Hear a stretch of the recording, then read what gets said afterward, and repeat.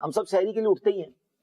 تہجد کے لیے شرط یہ ہے کہ عشاء پڑھ کے سویا جائے. تو عشاء ضرور پڑھے, تراویح ضرور پڑھے, اور اگر آپ نے سونا ہے تو سو جائے.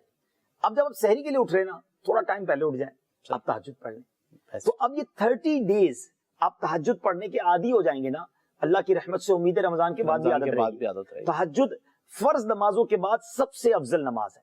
اور ناظرین, یہ خاص دعاؤں کی قبولیت کا وقت ہے.